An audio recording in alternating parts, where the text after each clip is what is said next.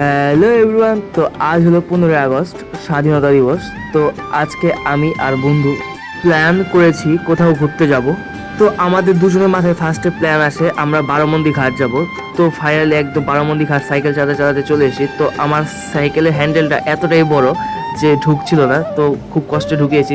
আজকে অনেকেই বাবার মাথায় জল ঢালবে বলে গঙ্গার ঘাটে জল ভরতে এসেছিল। তো এইভাবেই জল ভরছিল।